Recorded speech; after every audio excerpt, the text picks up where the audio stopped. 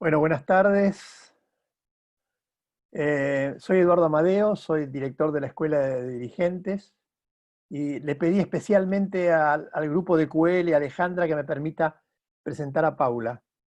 Yo no soy neutral, yo soy un bertolista, sobre todo porque he tenido el enorme placer de poder trabajar con Paula en la Cámara, vivir su energía, su vocación. Les voy a leer el currículum para los que no la conocen. Legisladora en la capital del 2003 al 2005, allá por los inicios del PRO, diputada nacional de 2007 al 2013, del 2015 al 2018, jefa o directora de Relaciones Parlamentarias de la Jefatura de Gabinete, de 2018 al 2019, nuestra embajadora ante la OEA, y en lo que hace a la escuela, del 2014 al 2018, como la semana tiene más de 7 días, como dice la canción, Paula podía hacer las dos cosas. Podía ser secretaria de Relaciones Parlamentarias, caminando el país de arriba para abajo, y además podía ser directora de la escuela y jefa directora de Relaciones Parlamentarias. Pero además, Paula tiene algo fantástico que es su militancia. Militancia más capacidad, porque todos conocemos militantes a los que no les confiaríamos administrar un kiosco, y Paula tiene la energía cotidiana y permanente de la militancia. Esto es tomar los temas con entusiasmo, trabajarlos en función de su importancia y empujarlos hasta que salgan y que lo logren. Juntos, por ejemplo, sacamos una ley en su momento para promover la producción de autos artesanales, algo que a nadie le interesa. Bueno, pues hemos creado muchísimos empleos para gente que está produciendo autos artesanales. Paula es abogada y es mediadora. Y con el tema del cual ella va a hablar ahora, ha recorrido el país, ayudando a la gente a dialogar, a trabajar, a mediar, que es un elemento absolutamente esencial de la política. Sin las herramientas de las cuales nos va a hablar Paula ahora, no podemos hacer política. O sea, la política no es imponer. Cuando uno impone política, eso dura poco. La política es dialogar, convencer, estar cerca del otro, y en eso Paula ha trabajado mucho y muy bien. Así que, Paulita, estoy muy agradecido que hayas aceptado a través de QL, nuestro querido QL, darnos esta charla, y además obviamente te comprometo para que sigas ayudándonos a formar, a capacitar, a sensibilizar, poniéndole a todos lo que sabes y sobre todo tu entusiasmo. Así que muchísimas gracias. Bueno, gracias a vos, Eduardo, me siento absolutamente en familia, porque estás vos, porque está Alejandra, porque está QL, y porque, como vos dijiste, hemos trabajado y hemos demostrado cómo se puede armar un equipo exitoso que negocie, porque una de las leyes que podría ser un buen ejemplo de lo que vamos a hablar es las leyes de autos artesanales y cada uno de sus momentos que se ven muy claramente en lo que significa negociar y sus herramientas. Así que trajiste un recuerdo maravilloso. Yo te agradezco, me encanta que seas vos quien hoy esté con la escuela y desde ya, bueno, a disposición. Vamos a hablar 1 hora y media porque sé que es el mejor horario para escuchar y para interactuar, y después sigo a disposición de la escuela para continuar si nos quedaron cosas o profundizar un poco más en el curso de comunicación. Así que te agradezco que te hayas tomado el tiempo y el cariño con que me presentaste. Gracias, Paula. Adelante. Bueno, muy bien. Bueno, gracias a todos y a cada una de las personas que están aquí hoy. No sé si, Ale, vos querés encuadrar la charla antes de empezar o preferís que yo empiece ya directamente.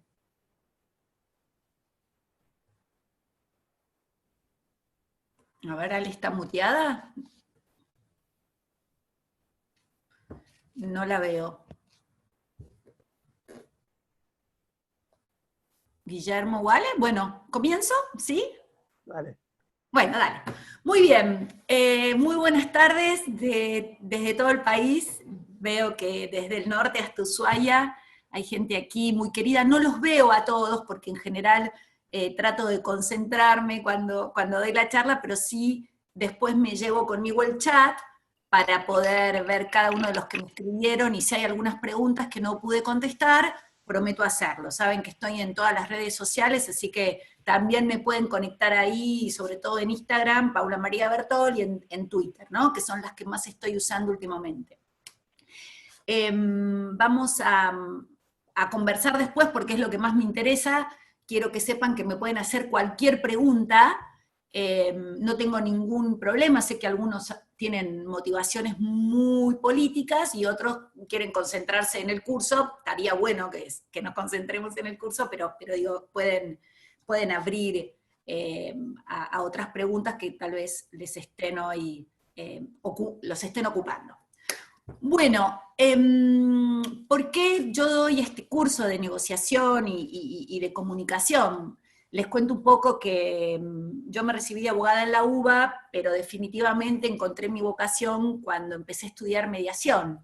El mediador es un tercero neutral que ayuda a las partes a negociar, con lo cual lo primero que tiene que saber hacer un mediador es negociar.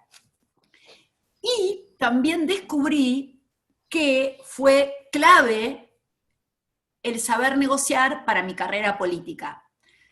Este curso habla de negociación legislativa, no me olvido, no crean que me olvidé, y yo he trabajado con una de las mejores técnicas legislativas, que es Alejandra Esbetas, quien dirige QL. Hemos sido un gran equipo, junto con la licenciada Débora Soya Roldán, que también está acá, y nosotros hemos podido tener resultados realmente exitosos porque hemos aplicado técnicas de negociación en forma permanente.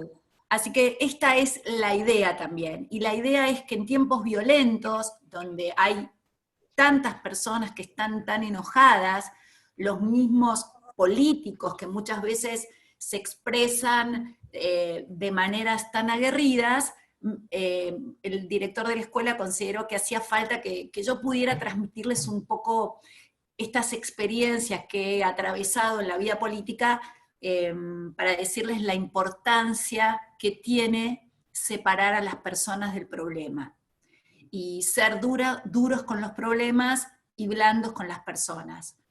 Que podamos ver las consecuencias graves que tiene maltratar a los que nos rodean. Entonces, lo primero que quiero decirles es que cuando pude transferir mi experiencia de negociadora y de mediadora al mundo de la política, mi cabeza se abrió en un porcentaje enorme, ¿no? Es lo que dicen los americanos, open mind. Es como que de repente, trabajando, estudiando y experimentando, me di cuenta que había otra manera de comunicarse. Yo siempre digo que fue un viaje de ida, que cuando uno realmente se mete en el mundo de la negociación, que es el mundo de la comunicación, esto no tiene vuelta atrás, pero no tiene vuelta atrás no solo en la política, no tiene vuelta atrás en la vida de todos nosotros.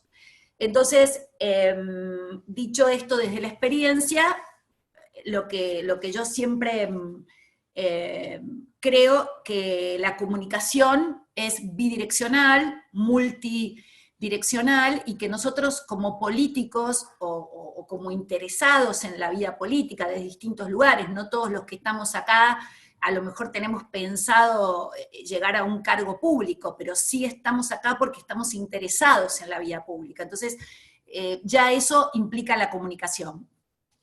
Y tenemos como seres humanos una estructura dialógica, ¿no? Somos diálogo, necesitamos conectarnos, somos seres emocionales, y eso nos distingue de los animales, la necesidad de conectarnos. Por eso esta pandemia eterna nos afecta y muchísimo, por eso también hay que aceptar que estamos en un sub y baja, que esto es una montaña rusa de emociones, porque nos sacaron el piso, nos cambiaron todos los papeles.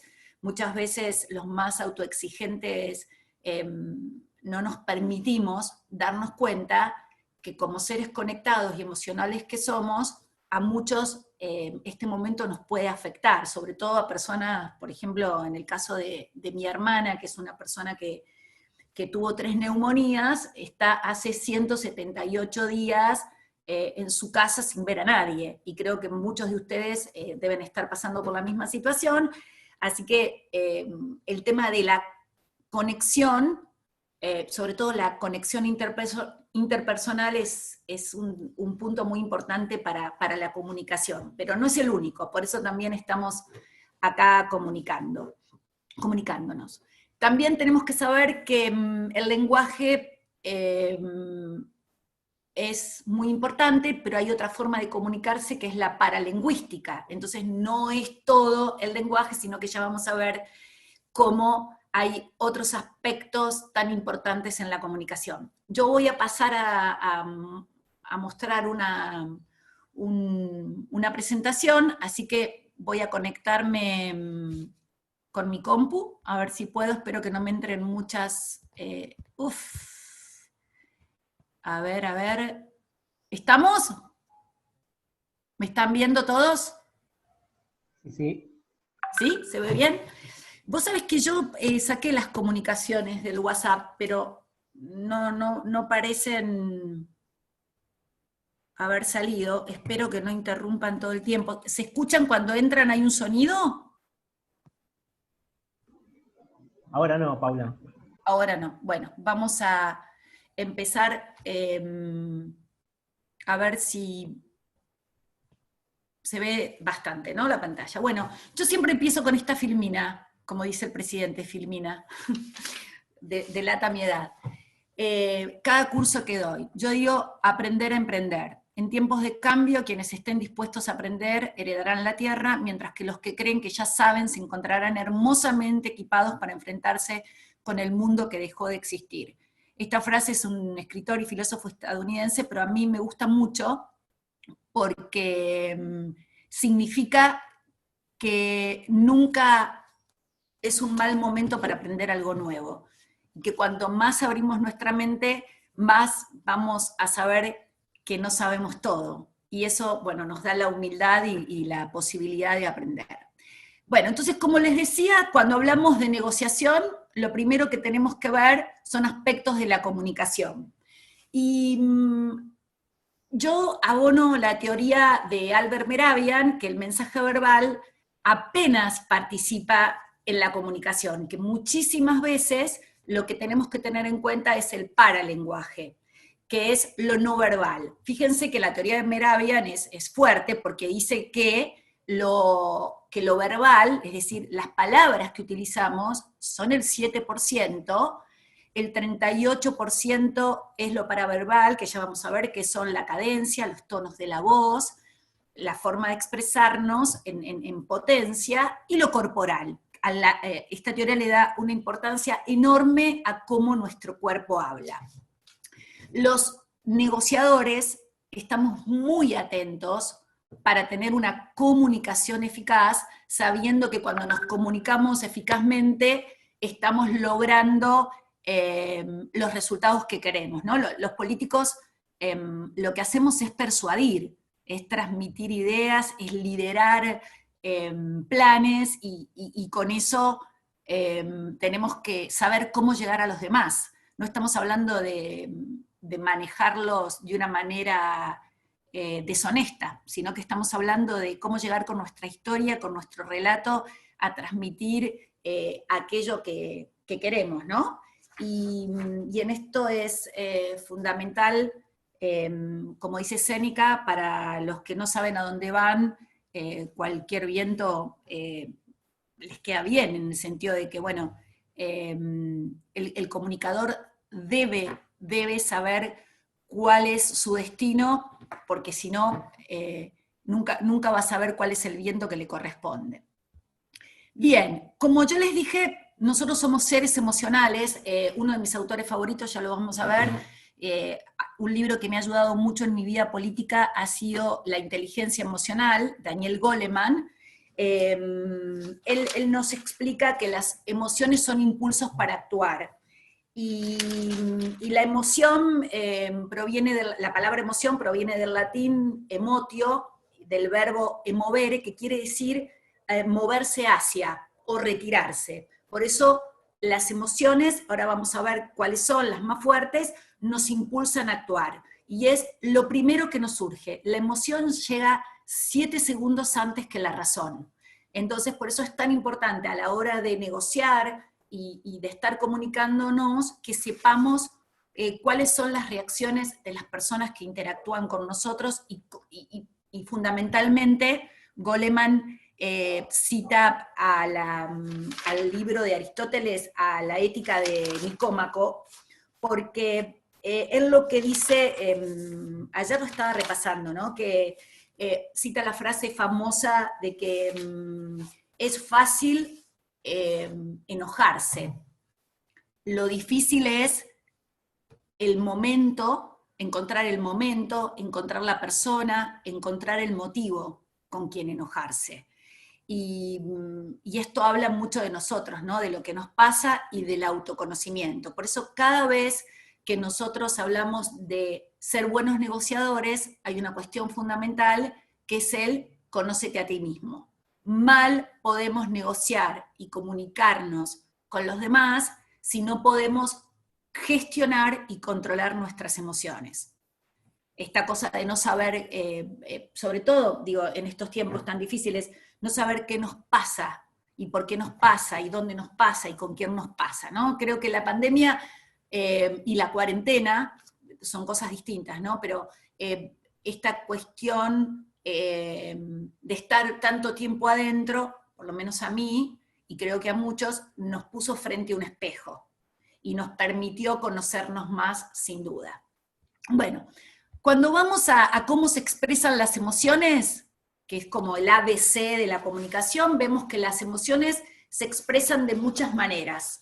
Las emociones se expresan en la cara, en las expresiones faciales, se expresan en la entonación, en el ritmo y en el tono de la voz, y también, como dice Mehrabian, se expresan en la postura corporal.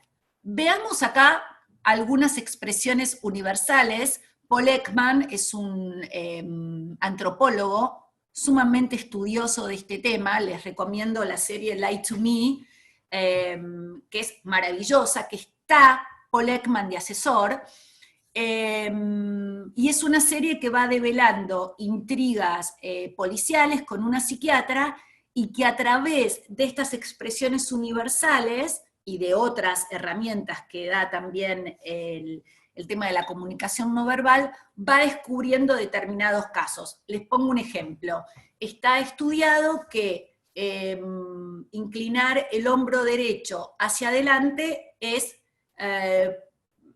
consecuencia de una mentira. Cuando uno contesta de una manera, pero el hombro derecho lo pone hacia adelante, hay un estudio que dice que esa persona está aseverando con el cuerpo, por eso decimos que el cuerpo habla, y expresando lo contrario de lo que está diciendo. De ahí, de nuevo, la importancia de conocer el cuerpo, de conocer también la neurolingüística. Fíjense, estas expresiones universales que Paul Ekman describe son milésimas de segundos. En que cada cara tiene su diferencia muy grande, que son caras que si nosotros silenciamos el volumen de la televisión, podríamos adivinar o predecir, mejor dicho, de lo que está pasando. Fíjense en la repugnancia, esta cosa de oler algo muy feo, ¿no? Ustedes dirán, ¿esto es así? ¿Podríamos estar tan entrenados en darnos cuenta de lo que pasa en una mesa de negociación? ¿Podríamos darnos cuenta cuando hablamos con un político de otro partido que algo que le decimos le causó sorpresa porque, por ejemplo, abrió los ojos de una manera diferente a los que los venía teniendo? Bueno, la respuesta es sí, es así. Hay expresiones universales que nos hacen detectar lo que le pasa a las personas. Fíjense, esto se los voy a pasar para que ustedes tengan toda la bibliografía. La entonación y los tonos. acuérdense de personas que son muy monótonas para hablar. ¿Qué es lo que nos están provocando, ¿no? O cuál es el significado que le damos los comunicadores. Bueno, que esa persona me está transmitiendo aburrimiento. Si tiene poca velocidad y una baja entonación, capaz que estoy detectando una persona deprimida, o una persona que está siendo cuidadosa, o que está escondiendo algo, o que quiere decir un secreto. Cuando hablan mucha velocidad y tono enfático, pueden tener un entusiasta, como quien les está hablando, que a veces digo, Paula, baja la voz, baja el tono. Tono ascendente, sorpresa, le regalan un desayuno a alguien, tocan el portero y dice, baje que tengo un regalo para usted. Grito, ¿no? Sorpresa, es una cosa de la vida cotidiana. Voz seca puede ser alguien que está a la defensiva, que ya no le gusta lo que está pasando y dice cómo, ¿no? Como una cosa que enseguida cambia el tono de la voz. Tono seco y elevado cuando una persona se enoja, vieron que enseguida uno dice bajame 5 tonos. Tono elevado, discurso prolongado, incredulidad, bueno, eso podría ser, es uno de los autores que ponemos, que podrían detectar esas cuestiones. Pero también les quiero decir, ojo, porque las expresiones son universales, pero también existen detalles específicos, o sea, puede pasar que las emociones secundarias tienen un fuerte componente cultural, no es lo mismo, por ejemplo, el respeto en la cultura japonesa que en la cultura árabe. La otra vez yo veía el caso de una pareja que decían, bueno, vos no me respetás, y el hombre decía, porque eran de diferentes culturas, no me mirás a los ojos cuando te hablo, y la mujer decía, no tenés la cabeza baja cuando hablo, ¿no? Es como que también no podemos sacar de contexto cuando hablamos de determinadas expresiones universales. Y también sabemos que el género es un elemento diferenciador en la manifestación de emociones. Tendríamos que dar 8 cursos sobre las diferencias de género, pero también hay que tenerlo en cuenta. Bien, entremos al tema de la negociación para que tengamos tiempo y nos empapemos un poco del tema. Como les dije, hay muchas escuelas de negociación, no hay solo una, y también el negociador debe tener en claro al momento de la negociación algunas premisas, como por ejemplo, que lo que salga de la negociación tiene que ser un acuerdo sensato. Si el acuerdo es posible, debe ser eficiente, porque de nada sirve si uno llega a un acuerdo sensato que finalmente no tiene ejecutoriedad. Y también una cuestión esencial que nos pasa a todos los que estamos negociando es que deben mejorar o por lo menos no deteriorar la relación entre las partes. Esto es... hay muchos negociadores que llegaron a la conclusión que en realidad a veces no se logran los mejores resultados, pero porque tal vez el resultado no es muy exitoso en términos de quién gana o quién pierde, pero sí es el proceso el que lleva la mejor solución, el buen proceso. De hecho, el buen negociador es el que se adueña del proceso, el que sabe qué hacer cada paso. Yo creo que esto lo vemos, ¿no?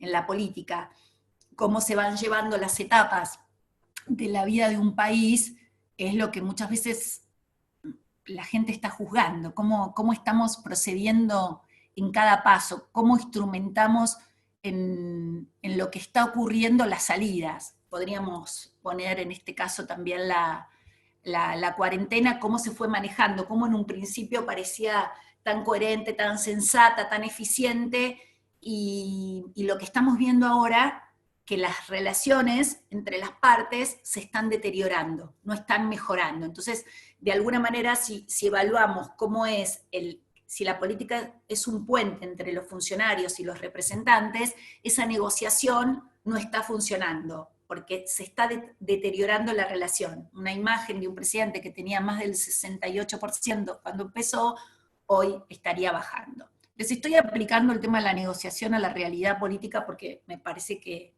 es importante. Vamos a ver los 4 principios de Harvard del modelo de negociación tradicional lineal. Este es un modelo que es el ABC1, ¿no? Cómo negociar sin ceder, si se puede, sí, de acuerdo, perdón, si se puede, somos nosotros, ¿no? Pero estos son, esta es la negociación también denominada cooperativa, la negociación suave, por intereses. La negociación, ¿qué dice? Punto 1, separe a las personas del problema. Sea suave con las personas, dura con el problema. Y acá me voy a parar. Me acuerdo una anécdota con Mauricio Macri, cuando éramos ambos diputados, estábamos con Carlos Kunkel, que era un diputado ex montonero, una persona que era en el recinto muy agresiva, que levantaba la mano para insultarnos. Nosotros hemos pasado épocas tremendas en la época K anterior, y me acuerdo que una vez Mauricio me veía que yo pasaba por todos lados y saludaba a todos los ultra K. Este era uno de ellos. Y yo le dije, mira Mauricio, la mediación me enseñó a separar a las personas del problema. Cuando nosotros debatíamos con los K en las negociaciones, dejábamos muy claro que no estábamos de acuerdo en lo que estaba pasando, pero tratábamos de no ser agresivos en lo personal, porque cuando una relación personal se deteriora, es muy difícil volver a sanarla. Entonces, esto es lo que pasa todo el tiempo, ¿no? Cuando uno, por ejemplo, en su propia casa, descalifica a la persona y no a la acción,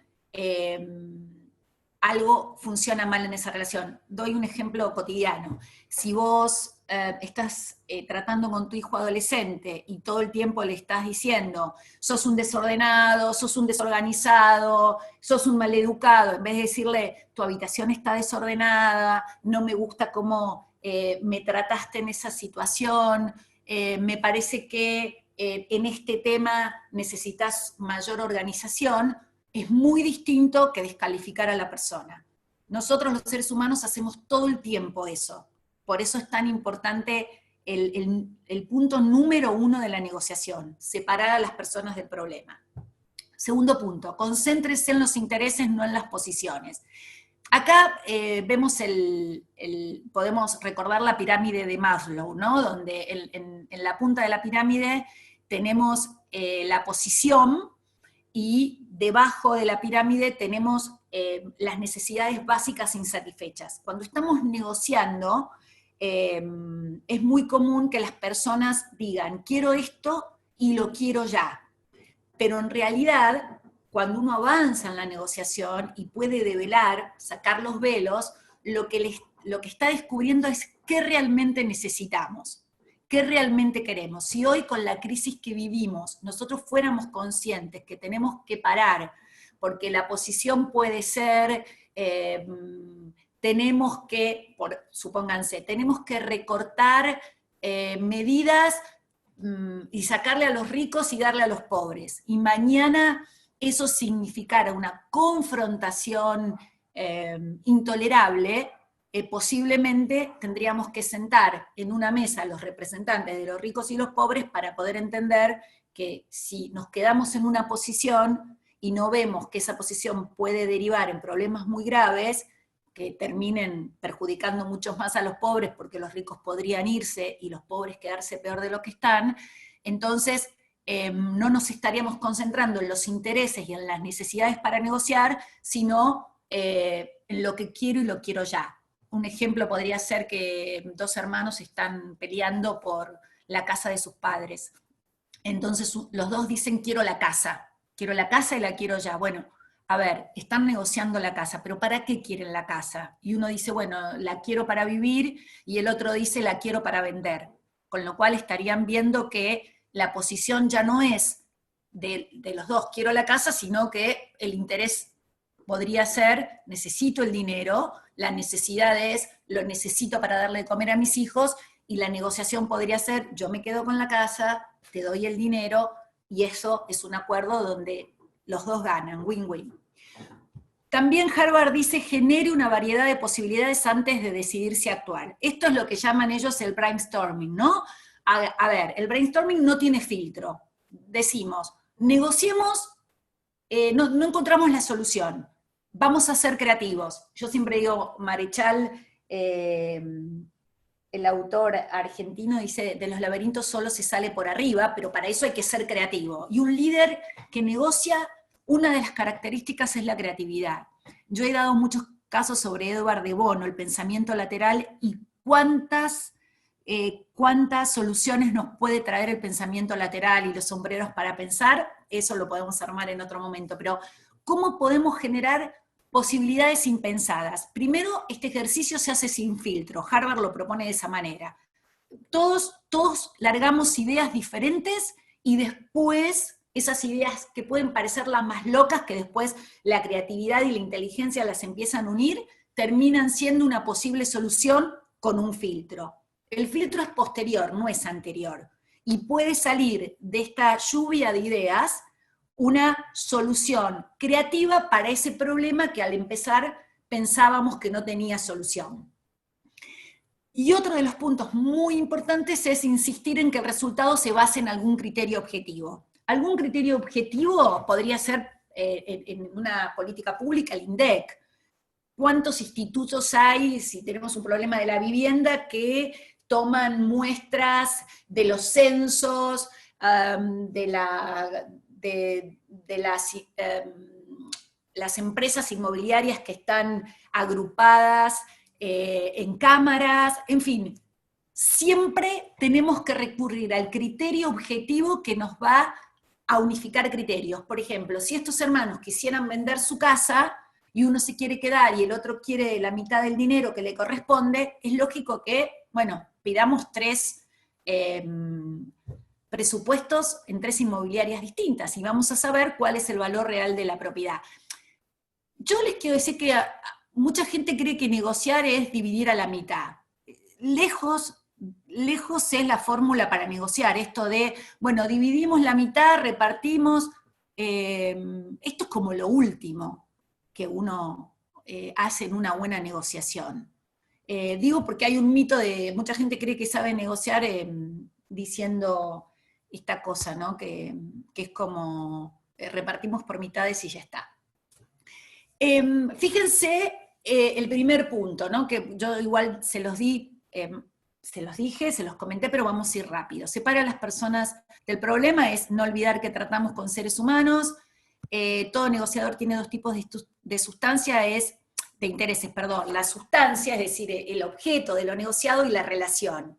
Tan importante es lo que Harvard también dicen, y todas las escuelas, sobre cuidar la relación. Y yo les digo ahora, capaz que muchos están pensando, ¿por qué tengo que cuidar la relación con el oponente? Bueno, porque juntos configuramos la Argentina. Hoy hablaba con Débora, que trabaja en la provincia, con una diputada, y me decía, estoy aplicando mucho todo lo que recorrimos juntas en este tema de la negociación política, y qué bien me viene ahora que tan difícil es negociar con muchos que no conforman nuestro partido ni nuestros valores. Bueno, ese es el gran desafío de un buen negociador. Ahí es donde saben que está funcionando todo lo que aprendieron.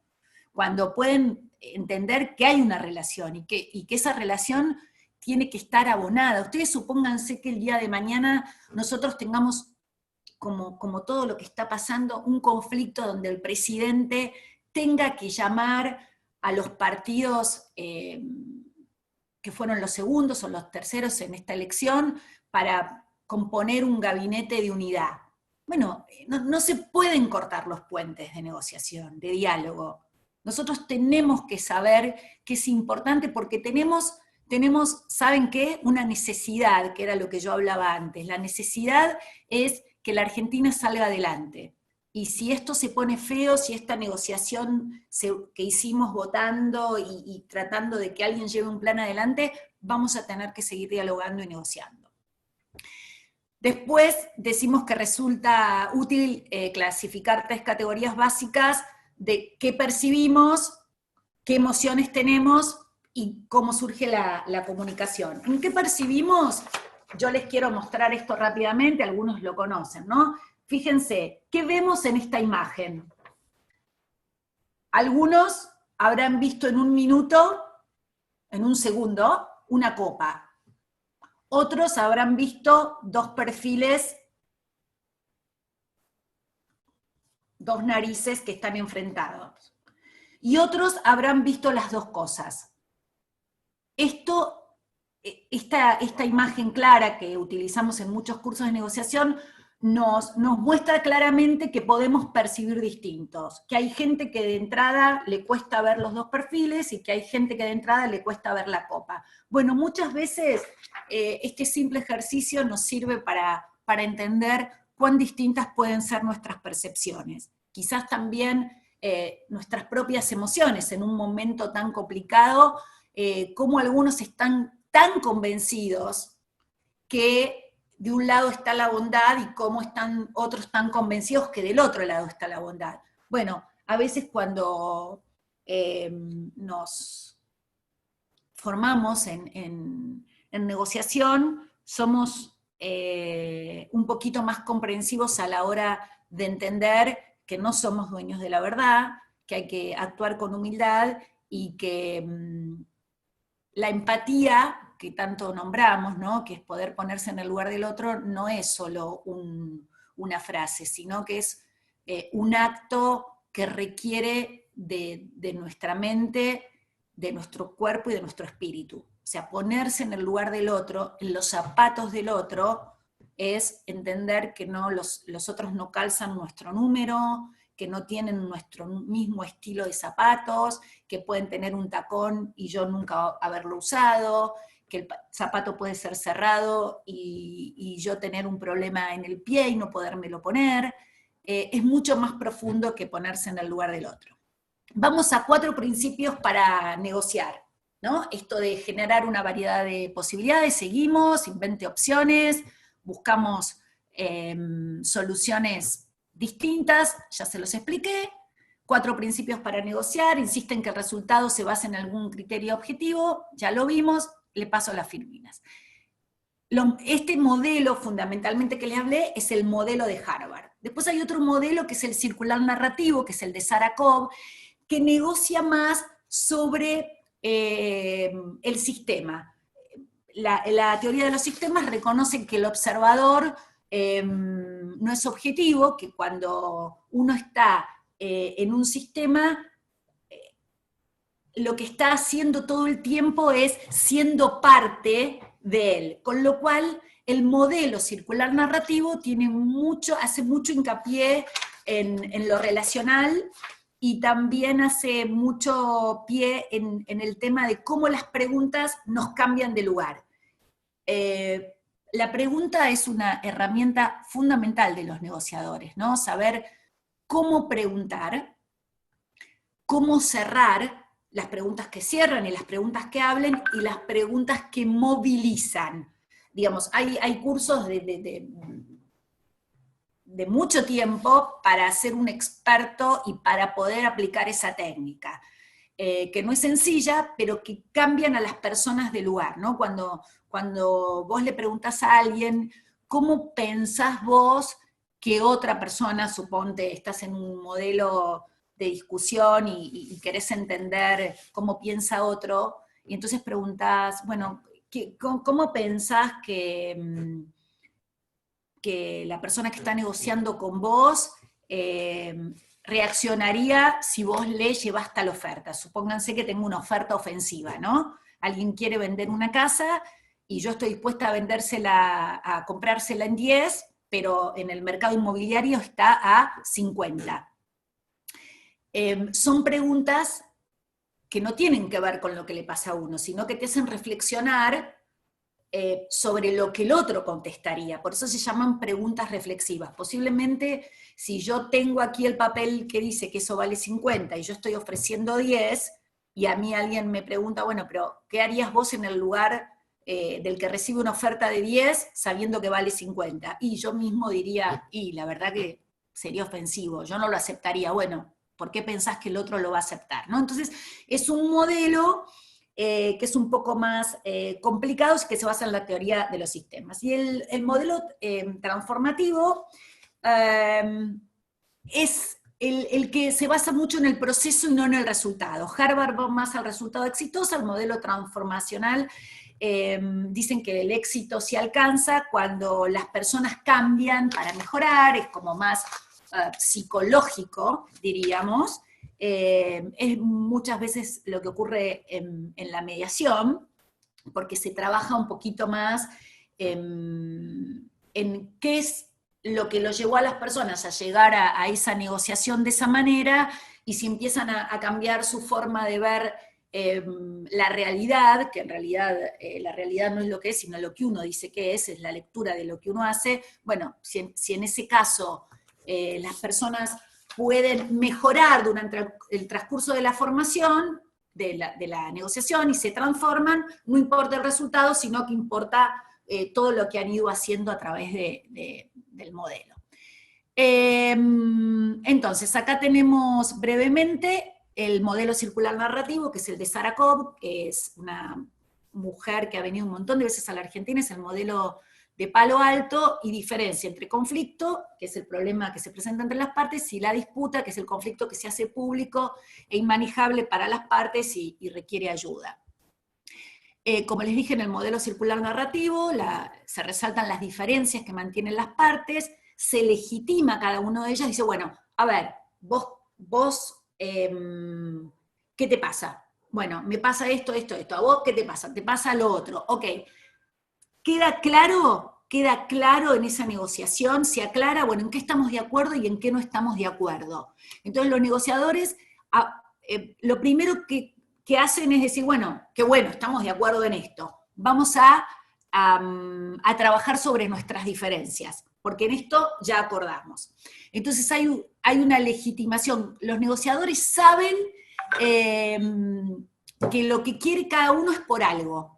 No porque es un capricho, no porque sea una cuestión de imposición, sino que tiene que ver con lo que cada uno necesita. Y cuando yo les decía que se centra en el sistema, en la teoría de los sistemas, busca cambiar la historia que han construido individualmente y que instaló la disputa. Trabaja mucho sobre el relato. Y esto, bueno, nosotros escuchamos todo el tiempo en política, ¿no? Cómo es, por ejemplo, un gran ejemplo de relato, si ustedes lo ven en los libros de historia, es Margaret Thatcher, ¿no? Cómo ella llega a la política con un relato de vida enorme. También hace pocos días yo veía un video de la presidenta de Alemania, y la verdad es que Merkel también llega a la política con un relato de su vida y de sus acciones muy fuerte. Entonces, entre el político y el gobernado hay una negociación que es, la historia que me contás me gusta y es la historia que yo sigo, porque también tiene que ver con el día a día nuestro. ¿Cómo negociamos con nuestros seguidores? ¿Por qué nosotros tenemos seguidores? ¿Por qué hay gente en nuestros equipos que responden a nosotros? ¿Por qué sacamos adelante proyectos que después otros terminan aceptando y votando? Y entonces eso es materia de una negociación permanente. En el modelo circular narrativo se ayuda a los interesados a elaborar una nueva historia a partir de la propia revalorización y la del otro. Es decir, se tiene en cuenta no solo lo que a mí me importa, sino que también a lo que el otro le importa. Yo acá puedo hacer un punto, ¿no? Por ejemplo, una de las leyes que más tuvimos que negociar en nuestra carrera con mi equipo, y siempre digo mi equipo porque eso fue un trabajo, donde todos teníamos roles que cumplíamos y que cada año se aceitaban más.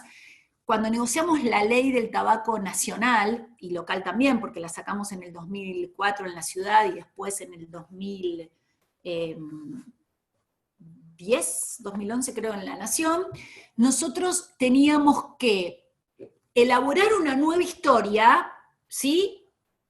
Que era que el tabaco no era algo que solo dañaba a aquel que decidía libremente consumirlo, sino que también dañaba a personas que habían decidido no fumar. Con lo cual, esto empieza, esta ley que finalmente logra que todos firmen, con un trabajo, diría, de negociación a la cual le podríamos aplicar cada una de las cosas que venimos diciendo, lo primero que hace es contar una historia nueva, porque la historia que veníamos contando en la sociedad sobre quiénes fumaban y quiénes no fumaban, y dónde se podía fumar y dónde no se podía fumar, era una historia que nos habíamos dado cuenta que había cambiado. Nos dimos cuenta, ¿por qué? Porque, por ejemplo, recurrimos a parámetros objetivos. El parámetro objetivo fue una encuesta que hicimos que nos dijo que el 70% de la ciudadanía en la capital federal, en ese momento, en la ciudad de Buenos Aires, estaba a favor de que se prohibiera fumar en los lugares públicos y privados de instancia pública, ¿no? Y entonces empezamos a construir una nueva historia. Empezamos a valorizar el aire puro, empezamos a valorizar que los no fumadores tuvieran la libertad y el derecho a elegir que no le daban los que fumaban. Empezamos a interactuar con todos los que formaban parte de esa historia. Era un sistema el que componían los fumadores y los no fumadores, el Estado y los privados, y todos los que estaban inmersos en ese mundo que podía verse perjudicado o que podía verse beneficiado. Ahora voy a ir un poquito más rápido, así me pueden preguntar, no estoy viendo si estamos bien, le pido a Ale que me mande un mensajito. Como yo les decía, podemos estar mucho tiempo hablando de las diferencias, pero fíjense, hay muchas diferencias a la hora de negociar entre hombres y mujeres. Esto no es un capricho mío, digamos. Si hay un tema que a mí me apasiona es el tema de las diferencias de género. Yo creo que hombres y mujeres somos complementarios. También creo que hombres y mujeres no estamos situados en la misma línea de partida, por eso creo en aplicar herramientas como la ley de cupo, por más que algunos crean que las mujeres nos subestimamos por eso, tengo una mala noticia. La ley de cupo vino a darnos la posibilidad a muchas mujeres que estábamos listas para competir de igual a igual y nos puso en la línea de partida. Después, nosotros creemos en el mérito, pero realmente son herramientas que hacían falta. Fíjense, las mujeres, esto lo dicen los que estudian el tema de género, no son ideas que se me ocurrieron a mí. En general ponen en juego en la negociación la comprensión y la cooperación. Los hombres van más a los hechos objetivos, cómo se inclinan a todo esto que vimos. La mujer siempre está más centrada en el tema de las relaciones de las redes. El hombre es como más el de la posición. Bueno, esta es la postura, de acá salgo. Las mujeres negocian acercando posiciones, ¿no? Como esta cosa más maternal. No, las mujeres no están obligadas a ser madres, pero digamos, en la mayoría de las mujeres este sentimiento se ha ido desarrollando. Entonces, bueno, tienen una cuestión, yo me doy cuenta cuando negocio con mujeres y cuando negocio con hombres, a mí me surge más fácil negociar con mujeres que los hombres. Los hombres tienen una posición más agresiva, más aguerrida, ¿no? También tiene que ver con el hombre que históricamente iba a buscar el alimento y salía de la cueva, y la mujer que se quedaba a cuidar a los hijos. O sea, estamos hablando de cuestiones ancestrales. La mujer tiene un lenguaje más persuasivo, el hombre tiene un lenguaje más directo. Y a veces en la negociación, ser tan directo de entrada cuando no hay confianza, no es lo mismo que ir persuadiendo al otro de cómo avanzar. Y acá hablábamos de la gestión de conflictos al principio, ¿no? Y cómo Goleman había marcado mi vida. Fíjense, ¿qué es la inteligencia emocional? Es la capacidad de saber gestionar las emociones propias e incluso las ajenas, desarrollando lo que se conoce como empatía, que es la capacidad de saberse poner, de saber ponerse en el lugar de la otra persona. Como les dije, muy lindo escrito, ahora hay que practicarlo, ¿no? La verdad es que uno tropieza mucho en esto de querer ponerse en el lugar de la otra persona. Si yo les preguntase a ustedes si están dispuestos a ponerse en el lugar de quienes defienden a Cristina Fernández de Kirchner, me imagino la respuesta de la mayoría, pero serían realmente empáticos en una negociación de una persona totalmente diferente a ustedes si realmente pudieran hacerlo, si realmente pudieran intentarlo, saliéndose de ustedes. Por supuesto somos seres subjetivos, y esto sería muy difícil, pero creo que la verdadera empatía, aunque les parezca increíble, tiene que ver con eso, ¿no? Con ponerse de verdad en el lugar, y Goleman habla de esto, ¿no? Es un tema central. Vamos a ir más rápido. ¿Cuáles son las 5 dimensiones de la inteligencia emocional? Fíjense, la primera es la autopercepción y la autorreflexión. ¿Cómo puedo salir a negociar? ¿Cómo puedo salir a hacer política? ¿Cómo me puedo sentar en una banca de concejal si no me puedo autopercibir y no puedo tener una reflexión sobre lo que está pasando y sobre lo que me pasa? Una vez que puedo hacer eso, ¿cómo gestiono mis emociones? ¿Cómo está el tema de autocontrolarme? Digo, muchos de ustedes viven esto a diario, ¿no? El enojo, la ira, las ganas de llorar, porque ¿quién no ha tenido en un momento público ganas de llorar? Incluso a veces nos pasa hasta por alegría, ¿no? Que estamos en un momento emocionante porque nos entregan un premio, cosa que a nosotros nos ha pasado, ¿no? Ganar un premio, el premio más importante que ganamos en diputados, y digo que ganamos porque, de nuevo, siempre fuimos un equipo. El primer premio por lo general lo acomodaban, pero el segundo no. Y me acuerdo que ese día fue tremendo para mí, porque estaba, bueno, ya mis padres no estaban, estaba mi hijo, estaba todo mi equipo, y uno a veces no puede hablar, y bueno, es también el momento que tiene que autocontrolarse, porque finalmente lo que quiere pasar es un mensaje de agradecimiento y también otros mensajes, ¿no? Siempre cuando se entregaban un premio a los legisladores, aprovechábamos y hablábamos del mensaje político que podíamos pasar. Bueno, también en lo emocional tenemos el tema de la automotivación. Miren, yo siempre digo, porque lo dicen muchos de los que estudian la psicología humana, que la motivación es propia. Yo no los estoy motivando acá a ustedes a nada.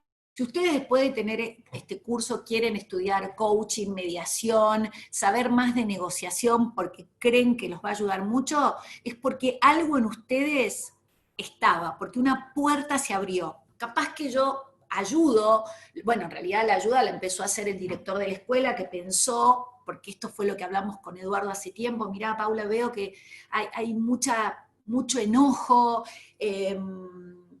estamos todos muy cargados, ¿por qué no hablamos de comunicación y de negociación? Y él detectó esto, después QL lo llevó a la práctica, Alejandra dijo, bueno, lo podemos hacer, lo organizamos y acá estamos. Pero digo, la motivación es propia. Ustedes se inscribieron y están acá porque quieren, nadie los obligó. Entonces, el primer eslabón de la motivación son ustedes mismos. Ya hablamos de la empatía, y la competencia social, bueno, tiene que ver con esta cuestión de ser personas que podemos en los grupos humanos desarrollarnos con facilidad, con fluidez, que podemos entender lo importante que significa estar con personas que nos transmiten un mensaje positivo. Piensen ustedes en sus propias familias. Si cuando hay una reunión familiar, la persona que más los convoca es la que siempre tiene una palabra de aliento, la que siempre tiene una actitud positiva, o aquella que se está quejando todo el tiempo de todo. Entonces,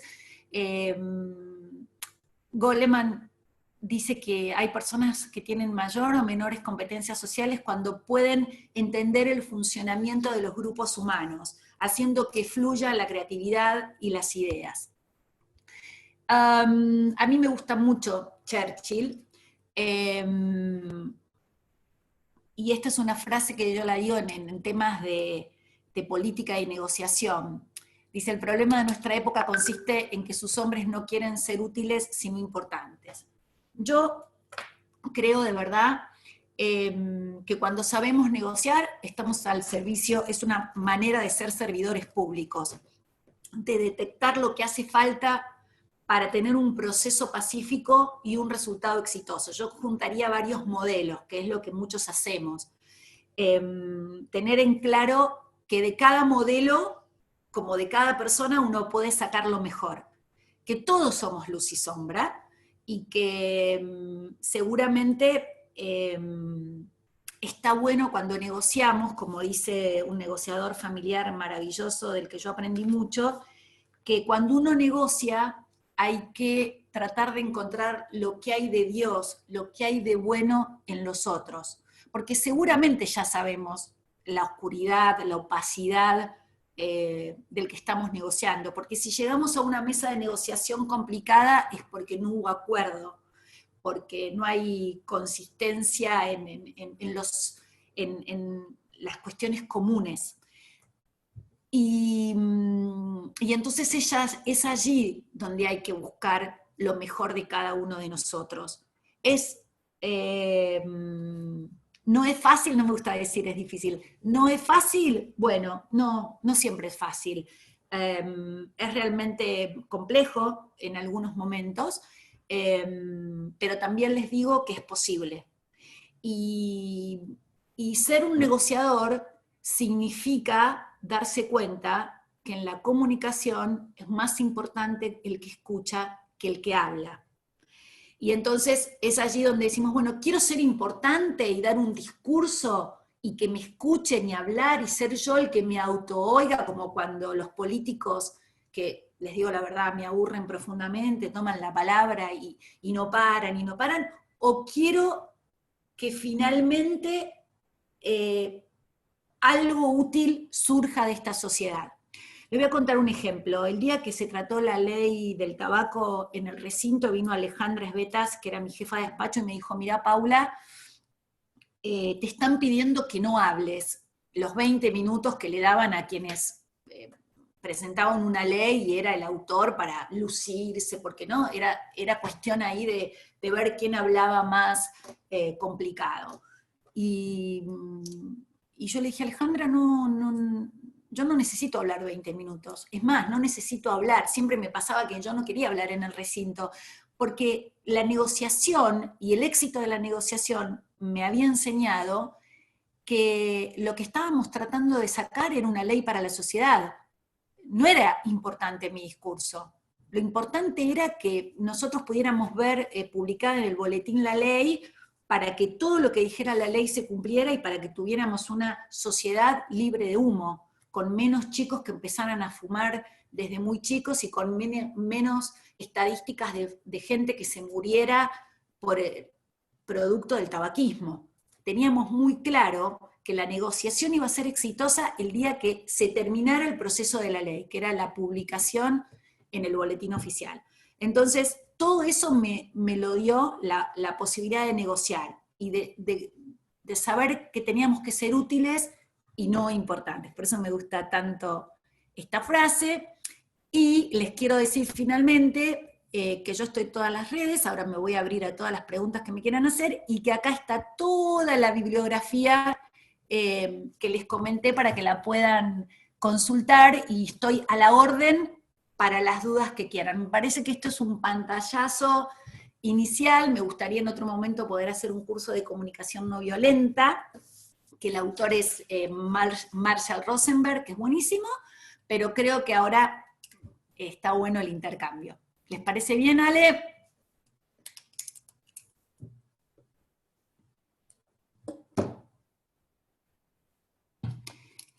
Yo no estoy muteada, pero no sé los demás. A ver. Hola. Hola, hola, María Alejandra. Hola. Sí, Sí. no podía. Primero disculpas porque antes me fue imposible ingresar y ahora ya acá me estaba muriendo porque no podía tampoco Bueno, ahora ya estamos. activar la cámara. No estoy pudiendo activar la cámara, no sé si me puede ayudar Guille. Tu voz, no te preocupes. Bueno, en primer lugar, quería pedirles disculpas y disculpas a vos, Paula, por no haber podido, te escuchaba pero no podía ingresar. Sé que algunas personas, 2 o 3, tuvieron algún problema, no sé si Guillermo me comentó que eran problemas de cada uno de nosotros, así que bueno, espero que lo puedan solucionar. Igual todo el material, más toda la grabación de este video va a estar en el canal de YouTube de la escuela, así que van a poder consultarlo. Otra cosa que quería agregar, lo quería hacer al principio, es que Paula es una de las fundadoras de QL, está con nosotros, en realidad ella lo creó con Federico Pinedo, y después se sumó Francisco Quintana, con QL en la ciudad de Buenos Aires, así que para nosotros es nuestra madrina del alma que nos ayudó en tantas oportunidades. También contar que ser parte del equipo de Paula para mí fue un crecimiento muy importante, y aprender todos estos temas de negociación y demás me abrieron muchísimo la cabeza en cuanto a interpretar lo que siempre ha sido mi tema, que es el derecho parlamentario y la técnica legislativa. Bueno, estuve viendo lo que circulaba por el chat y lo dividí como en 3 partes. Yo lo cuento y después, si alguno de ellos quiere tomar la palabra, le pide a Guillermo, y también estamos abiertos al resto de preguntas. Claudia Daniele dijo al principio, cuando hablabas de las emociones, que controlar las emociones explosivas es un trabajo personal. Y Natalia Ramírez agregó un tema que me pareció interesante. Ella nos dice que tengo entendido que buena parte de lo que comunicamos es a través de nuestros actos, de la coherencia entre lo que decimos y de lo que hacemos al respecto. No sé si querés alguna reflexión sobre este tema, Pau. Sí, mira, los que me conocen saben que todo el tiempo yo digo, somos lo que hacemos, no lo que decimos. Por eso a mí me importa también mucho la teoría de Albert Mehrabian, ¿no? Porque hay gente que habla muy lindo y que dice cosas maravillosas. Bueno, de hecho, si vemos los videos del presidente de hace 2 años atrás y vemos lo que dice ahora, nos damos cuenta de la depreciación de su palabra y cuán importante, por ejemplo, a la hora de negociar, es el tema de la confianza, fundamental. Por eso se está devaluando mucho en este momento la política, porque quien está al frente de nuestro país sabemos que no es una persona confiable, y ojalá que antes que más tarde convoque el diálogo, porque yo creo que en la Argentina todavía hay lugar para tender un puente, porque es un gobierno que hace poco fue elegido, pero digo, en la medida que cada vez más se rebaje el valor de la palabra, es realmente muy penoso, pero más penoso aún es ver que uno dice algo, una cosa, y hace la otra, ¿no? Como por ejemplo cuando esta famosa cuestión de la cuarentena donde empezó a caer la imagen del presidente. Pero ¿cómo? No es que tenemos que usar tapaboca y tener distanciamiento social, y lo que vos hacés no es lo que decís. Mi madre decía, haz lo que yo digo, no lo que yo hago, porque era al revés, porque yo le decía, pero mamá, vos me decís tal cosa, pero decís tal otra. Entonces yo decía, haz lo que yo digo, no lo que yo hago. Sí, creo que es central que en una negociación puede tardar mucho tiempo construir la confianza y en un minuto se destruye por un hecho equivocado. Así que, sin duda, en el proceso uno debe acompañar sus palabras con sus actos. Y no sé, algo más lo del tema de que la emoción es un control personal. Bueno, es lo que veíamos, por eso yo hablo tanto de la emocionalidad, y digo, a mí me sorprende muchas veces cuando los seres humanos me dicen que no tienen un amigo, una amiga, un terapeuta, un pariente, una persona con la que tal vez puedan crear un espacio de autoconocimiento o ellos mismos no tienen una actividad que los conecte con su ser, porque es necesario en nuestra vida esta cuestión de la autorreflexión y el autocontrol, si no es imposible poder mantenerse en un rol de negociador y de motivador hacia afuera. Por eso es tan importante, como les dije al principio, el conócete a ti mismo. Bueno, gracias. Gustavo Alonso y Marcela Pastorini trajeron un tema que es el de la neurolingüística. Gustavo Alonso dijo que esto es programación neurolingüística, lo que estabas diciendo, y Marcela lo que dice es que necesitamos aprenderlo para poder negociar. ¿Qué te parece? Me parece que sí, que digamos, la programación neurolingüística parte de un experimento que se hizo muy interesante, donde 3 terapeutas distintos trataban a 3 personas con excelentes resultados, con fobias, y le preguntaron a cada uno de ellos, que eran de totalmente diferentes corrientes, cuáles eran sus métodos. Entonces intentaron aplicar esas herramientas a otros enfermos, y se dieron cuenta que no tenían los mismos resultados. Entonces empezaron a hacer un análisis profundo de lo que había sucedido en esas relaciones de estos 3 terapeutas diferentes, y empezaron entonces a detectar esto que hace la neurolingüística, que es el visual, el auditivo y el kinestésico, los diferentes mapas mentales que tenemos los seres humanos para relacionarnos, ¿no? El tema, por ejemplo, que eso lo hacemos mucho los negociadores, cuando estamos muy avanzados en la formación, decir, bueno, a ver, para la derecha estamos recordando y para la izquierda estamos creando, ¿no? ¿Cómo es el tema de mentir? ¿Cómo es el tema de recordar sonidos? ¿Cómo es el tema de los kinestésicos? Por ejemplo, yo soy muy kinestésica, y a mí me decía mucho mi equipo, che, Paula, cada vez que hablas, mirás para abajo, ¿no? Y es como que, bueno, el kinestésico busca adentro, y eso es lo que ocurre. Fíjense que yo les puse ahí una bibliografía muy importante, que es La comunicación eficaz, de Larry Ribeiro, que le pedí a Débora que se las agregue, que es buenísimo en términos de neurolingüística, y yo se los recomiendo, porque podemos hacer un curso también, es muy, muy interesante. Acá tengo a Silvana Russo también, que formuló 2 preguntas. Una es si hay personas que son mejores que otras para negociar, si eso tiene que ver con las emociones personales, el estado de ánimo, la personalidad en sí. Y la otra pregunta es si se estigmatiza cuando se tiene que negociar con mujeres. ¿Quiénes logran los mejores resultados, los hombres o las mujeres, o es indistinto? Yo creo que, en primer lugar, la pregunta era... la primera. Hay 2. Si hay personas que son mejores negociadoras que otras. No, a ver. Eso tiene que ver con... Sí, tiene que ver con las habilidades interpersonales e intrapersonales, ¿no? Cómo las desarrolla cada uno. Digamos, si una persona vive en el desierto sola, bueno, posiblemente va a tener menos habilidades para negociar, sabiendo que la negociación es comunicación y que somos seres emocionales, con lo cual hay gente que no tiene ningún interés de interactuar con otros para tener, ni quiere tener competencias sociales, ni le interesa, ¿no? Depende de cada uno. Estoy segura que hay personas que son mejores y peores, pero también lo que les quiero decir es que hay gente que ni se imagina lo buena negociadora que puede ser hasta no empezar a transcurrir este mundo, que es maravilloso. Yo estoy segura que muchas personas de mi equipo no sabían hasta hace muy poco tiempo lo buenas que podían ser negociando, después de tanto entender que había que separar a las personas del problema, hacer propuestas, generar opciones, recurrir a métodos objetivos, ser suave con los que tratamos.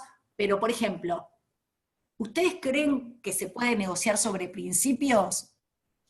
Hay cosas que son innegociables, esto no lo dije, pero quiero que lo sepan, no es que todo es negociable, no.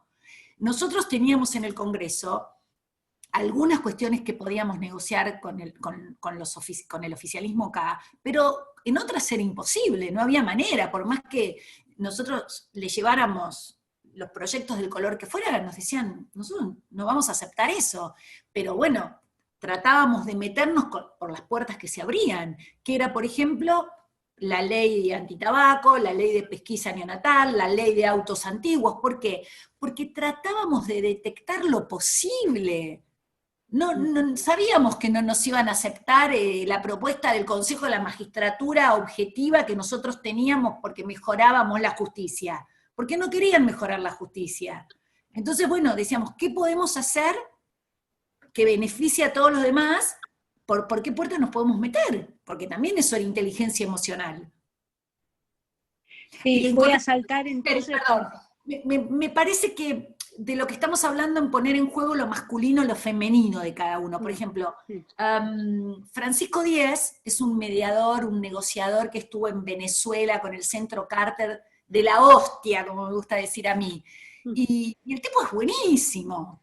Y yo creo que él pone en juego muchas cosas de lo femenino, pero también de lo masculino. Por eso es un gran negociador. Y yo creo que las mujeres también tenemos que tener muchas partes de la columna de los hombres, para poner todo en juego y saber en nuestra caja de herramientas qué poner y qué sacar, cuándo nos tenemos que poner firme, cuándo tenemos que dejar de hablar de lo emocional para hablar de lo razonable. Son como momentos de la negociación. Entonces, la verdad que si vos sos un buen negociador, no está en juego esto de menospreciar a las mujeres que negocian, pero supónganse, para presentar la ley de autos antiguos, yo tenía una gran ley, y sabía que Amadeo estaba interesado en el tema. La gran ley, ¿te acordás, Alejandra? Nos la habían traído todos los expertos en autos. Y yo le dije, Alejandra, nos tenemos que asociar con un hombre, porque el tema del auto antiguo y de carrera es un tema masculino, no es un tema de mujeres. Los clubes de autos eran solo de hombres, no tenían baño de mujeres. Cuando fui por primera vez al club del automóvil, no quise ir al baño y no había baño para mujeres. Entonces, ahí me di cuenta que fue estratégico asociarme con Eduardo y la ley salió y fuimos a hablar a todos los legisladores pisteros. Averiguamos quién eran del Senado y de la Cámara de Diputados los hombres que amaban los autos. Y sacamos una ley adelante por eso, porque aplicamos la inteligencia emocional, se los puedo asegurar. Me voy a adelantar a dos preguntas, porque después quería que, si tiene ganas de contarnos Cecilia Martínez Irigoyen su experiencia, porque habló del primer día en el Consejo Deliberante y me parecía que era interesante lo que le pasó. Pero antes que eso hay dos preguntas, una de Laura Manacero y otra de Soraya Pereira. Es, ¿cómo seguir motivándose? En realidad son parecidas. ¿Cómo seguir motivándose cuando nos avasallan? Y es difícil la empatía con inmorales que ven y actúan con otros valores. Y esta es más difícil todavía. ¿Cómo dialogarías con el actual presidente? Ok, bien, miren. Yo no soy de las que creo que lo que viene de afuera te puede dominar. Yo soy más bien de las que creo que es uno el que crea su propia realidad, ¿no? Hay un ejemplo que pone este comunicador eficaz de un choque que tiene una pareja muy grave y a los 3 años se los vuelve a evaluar, ¿no? Se los evalúa a ambos en estos experimentos que se hacen en Harvard en el momento del choque y se los evalúa 3 años después. La mujer pensó durante esos 3 años, qué increíble, casi me muero, no entiendo ni cómo estoy viva. Y estaba en una profunda depresión. El hombre pensó durante esos 3 años, estoy vivo, qué increíble, volví a nacer, y terminó de una enorme obesidad a ponerse en campaña para adelgazar y era otra persona totalmente renovada. Entonces, ahí también vemos como un mismo hecho nos pega distinto, lo percibimos distinto, nos emocionamos diferentes, y también, bueno, hay un libro que yo recomiendo mucho, que se llama Tus zonas erróneas, que muestra cómo muchas veces lo que pensamos va y viene condicionando nuestros actos, y cómo podemos practicar para pensar en forma positiva y actuar en forma positiva. Yo soy de las que creo más que en estos días, ¿vieron? Cuando todo el mundo nos dice, o muchos, creo que a ustedes les deben haber pasado lo mismo, o algunos se han encontrado diciéndolo, la Argentina es un país inviable. Yo siento en ese momento un desgarro interno, ¿no? Cuando me siento en una mesa y nos dicen, la Argentina es un país inviable. De todas las personas con las que dialogué y aprendo, una me dijo, la Argentina es un país indescifrable. Y quieren saber algo, yo me quedo con eso. Me quedo con que volví a mi país y quiero dedicarle más tiempo a mi país, porque lo que tenemos que hacer es descifrar a la Argentina para poder finalmente lograr nuestros objetivos, los objetivos de Cambiemos, y cambiarla para ser un país, no como Venezuela, que yo creo que para eso falta, después de haber estado en la OEA y haber conocido el caso de Venezuela. No digo que no estemos como empezando ese camino, pero les confieso que no somos Venezuela. En Venezuela pasan otras cosas que gracias a Dios acá no pasan. Desde América, desde Washington, en la OEA, nos ven como un país de paz, como un país donde salimos a la calle con banderas. No somos Nicaragua, que salimos a la calle con armas y nos matamos. No viene la policía y nos hace desaparecer, y tenemos 325 personas muertas en un año en la calle. Entonces, esto también lo cuento porque estar afuera y vernos desde afuera a mí me ayudó a entender que sí tenemos una grieta, pero tal vez no es tan profunda como los comunicadores a veces nos dicen, o como nosotros estamos percibiendo. Tal vez no sea tan grave, tal vez todavía estemos a tiempo de salir adelante, ya no somos los mismos, vamos a volver diferente, y como el otro día dijo Patricia Bullrich en un Zoom, no vamos a regalar la Argentina, con lo cual los entusiastas vamos a seguir adelante, nos vamos a levantar, vamos a saltar la piedra porque somos resilientes, y vamos entre todos acompañados a seguir para adelante. Eso es lo que le tenemos que transmitir a los que nos dicen que este es un país inviable, porque los que fueron a la marcha el otro día no creen que este es un país inviable, creen que todavía podemos ser escuchados. Quedaba así, ¿cómo dialogarías con el presidente? Bueno, yo dialogo con el presidente, quiero contarles, porque Alberto Fernández en su momento se alejó mucho de la política. Y en ese momento yo me acerqué porque siempre pensé, lo conocí de la época de Cavallo. Cavallo y Vélez tenían una lista, el presidente Alberto Fernández en ese momento era parte de la lista, y yo también, solo que él era número 4 y yo era la número 43. Así que bueno, militábamos juntos. Y yo podría contarles muchas cosas buenas del presidente, muchas cosas lindas de él. Yo trato de hablar poco, pero cuando hablo le digo, señor presidente, creo que estaría bueno que convoque a una reunión a todos los argentinos para poder construir puentes y evitar que sigamos escalando la violencia. Entonces, no es que le hablo todos los días, porque ahora él es el presidente, pero lo que digo es, no le escribo y le digo que me parece un cochino mentiroso, ¿ok? Porque digo, si yo le escribiera cochino mentiroso, ¿qué creen ustedes que haría él automáticamente? Bueno, supongo que muchos estarán pensando que me bloquearía. Y yo no quiero que el presidente de la Nación me bloquee, yo quiero que me siga leyendo, porque si las cosas van mal, quiero ser un puente para. Eso no quiere decir que si ustedes ven el video de cuando él estuvo por ser presidente, no escuchen a Paula Bertol diciendo lo que pensaba de todas las cosas que el presidente había Débora me acompañó ese día, lo vivió conmigo, incluso lo cortaron un montón, porque yo dije cosas muy fuertes sobre faltas de coincidencias que tenía con el presidente, pero yo estaba en campaña, yo me vine de Washington en agosto cuando perdimos porque necesitaba ser parte de las marchas del Sí se puede. Y entonces iba a todos lados intentando marcar la diferencia entre Macri y Alberto Fernández para que lo votaran a Macri. Bueno, ahora, emocionalmente ubicada en mi lugar, sé que él ganó las elecciones, sé que estoy en una democracia, sé que hay más gente que lo votó a él que a nosotros, sé que algo debemos haber hecho mal para haber perdido y que que el presidente actual esté donde esté. Entonces trato de enfocar mi energía para tener una buena salida. Si yo puedo ser un puente de unión, lo voy a hacer hasta el momento que pueda.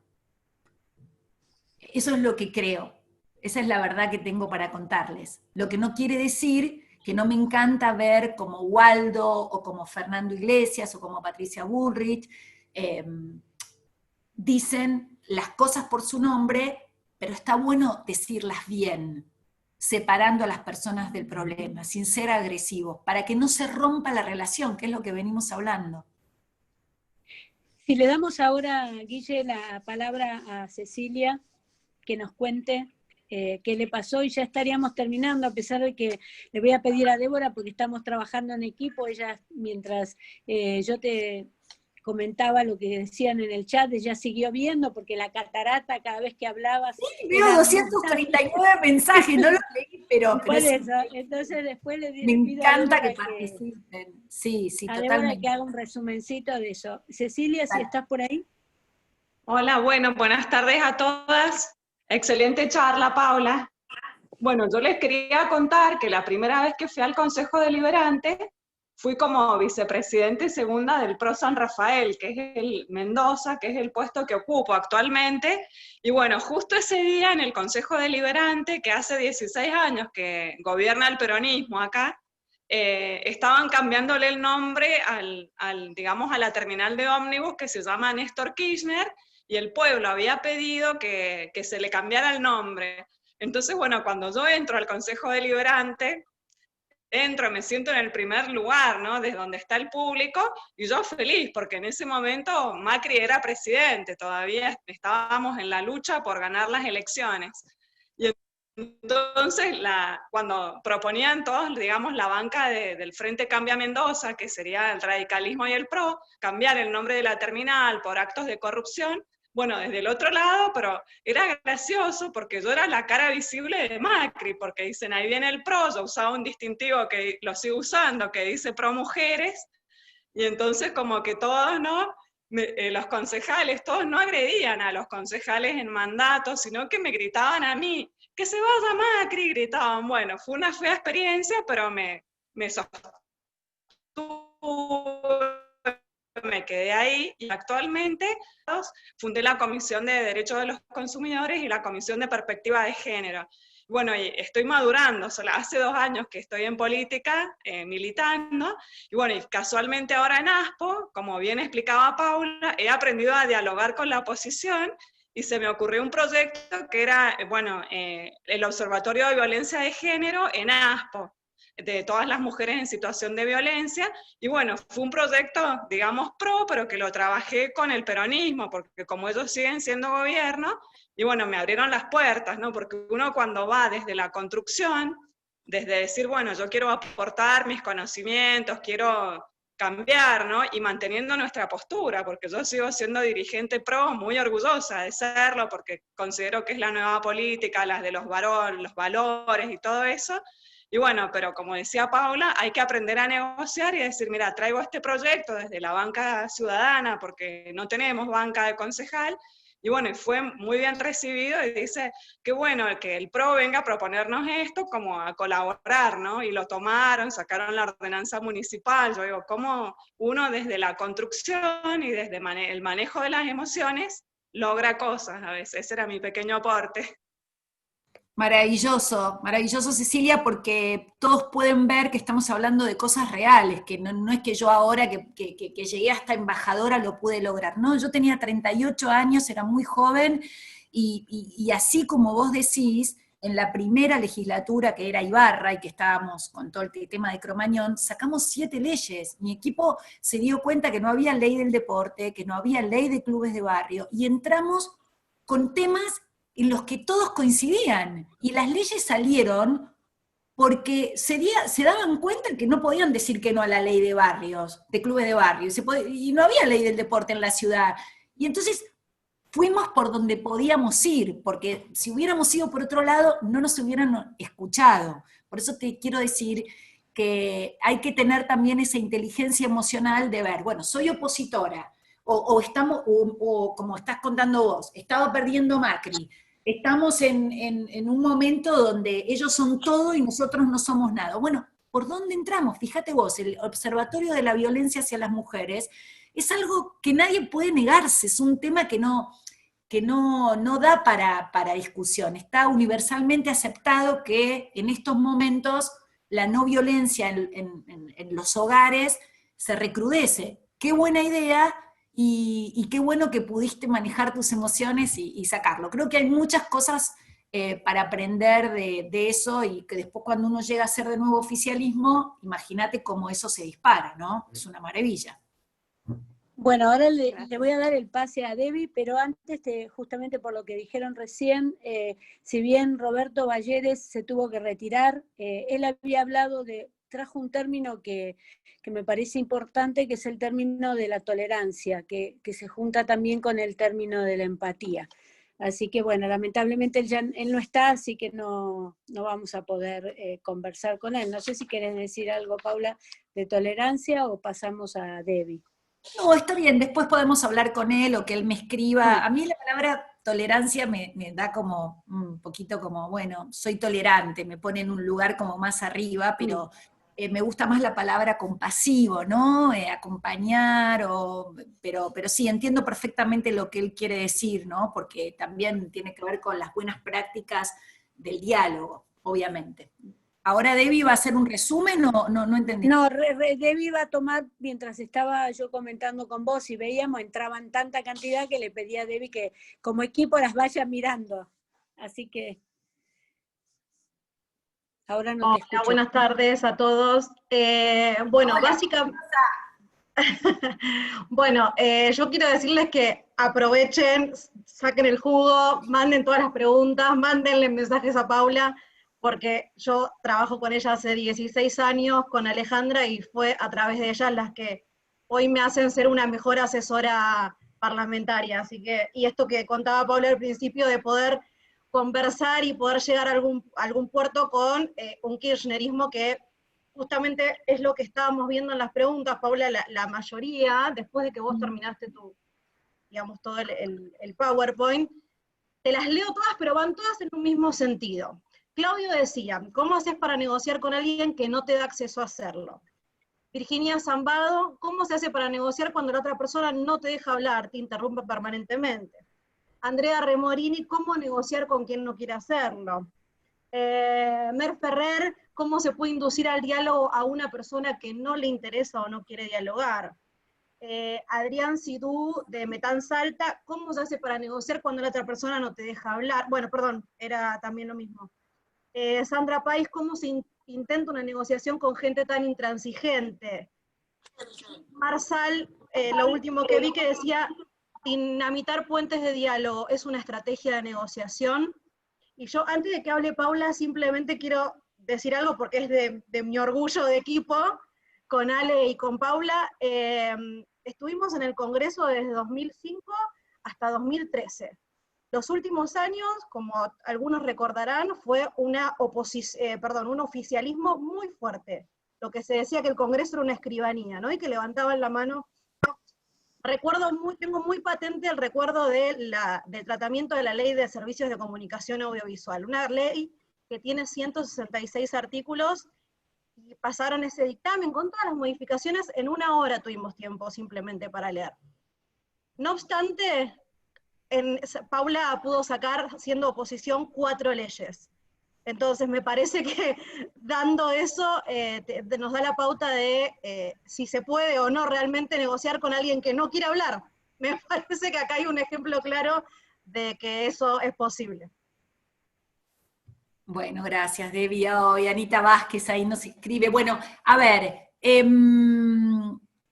chicos, Obviamente, a ver, cuando el otro no quiere sentarse a negociar, no somos magos, somos seres humanos, no les estoy diciendo eso. Ahora, digo, hay que ir por arriba, hay que ser creativos, hay que tender puentes. Repito, a veces la gente se descoloca cuando uno lo trata bien. Muchos de estos personajes que ustedes nombran, nosotros lo conocemos de memoria, porque no crean que el Cuto Moreno, o Kunkel, o la propia Diana Conti eran seres encantadores en el recinto y te abofeteaban. Pero la verdad es que cuando llego a los programas y Diana Conti se comportaba agresivamente para conversar, terminaba el programa y todos me decían, ay, Paula, qué educada que fuiste. Yo capaz que no había abierto la boca, yo había escuchado. Es muy importante escuchar, y también es muy importante, hay técnicas para decir, bueno, yo ya te escuché, ahora escuchame vos a mí. Por ejemplo, cuando el otro no para de hablar. Uno va aprendiendo esos pequeños mecanismos para poder forzar o iniciar una conversación. Yo los invito a seguir con este tema si les interesa, a hacer ejercicios prácticos, si podemos, Ale, en algún momento, para que ustedes vean que es posible, que es real lo que les estamos diciendo. Pero obviamente no hay negociación sobre valores. Si ustedes a mí me sientan a negociar sobre el tema del aborto, yo soy inflexible en ese tema. Yo soy antiaborto, hay otros que están acá que están totalmente de acuerdo con el aborto, hay asesores míos que están de acuerdo, y no por eso nos matamos y nos peleamos y no nos queremos. O sea, entendemos que pensamos distintos en algunas cuestiones, lo que tenemos que encontrar son las cuestiones en las que podemos pensar igual. No estamos hablando de cambiar al otro, estamos hablando de llegar a acuerdos que beneficien ambas partes. Entonces, bueno, en ese camino es en el que hay que seguir. Yo no quiero seguir tampoco, Ale, porque la gente se empieza a retirar porque tiene otras cosas que hacer, pero me parece que está bueno contestar algunas preguntas que quedaron pendientes, que me ayuden ustedes también, y bueno, capaz que tendríamos que hacer un curso más de casos, antes de fin de año, si a vos te parece, y si entra, como para mostrar en la práctica cómo podemos practicar, dejar de juzgar, ver cómo podemos pedir, cómo podemos hacer una observación en vez de señalamientos, en fin, hay muchas cosas que podemos hacer en la práctica. Tomo la palabra, Paula. Seguramente Cuele le puede proponer a Amadeo un curso más. Este es la penúltima charla de un curso que comenzó hace varios meses, que ha tenido una participación muy importante de todo el país. Hay gente de todas las provincias, han estado siempre acompañándonos. Dentro de 15 días vamos a hacer una reunión la última reunión de despedida con legisladores provinciales y concejales en ejercicio para que puedan pasarles sus propias experiencias, y luego ya daríamos este curso por cerrado con los diplomas y los títulos y los certificados que habíamos prometido. Pero sí, tomo la palabra. Pero el año que viene, por supuesto, cuando ustedes quieran, porque ahí también están pidiendo programación neurolingüística. Acá está Eduardo Amadeo que dice por supuesto, así que ya tenemos el ok. Los quiero mucho y espero que les haya servido o que se hayan automotivado y que sigan con el tema. Gracias. Gracias, Paula. No sé, Eduardo, si vos querés cerrar con algo. ¿Qué más puedo decir? No sé. No, muy buenas ideas y sobre todo muy motivador, como siempre, Paula. Vos me querés. Chau, Muchas chicos. gracias. Buenas tardes. Gracias. Hasta luego.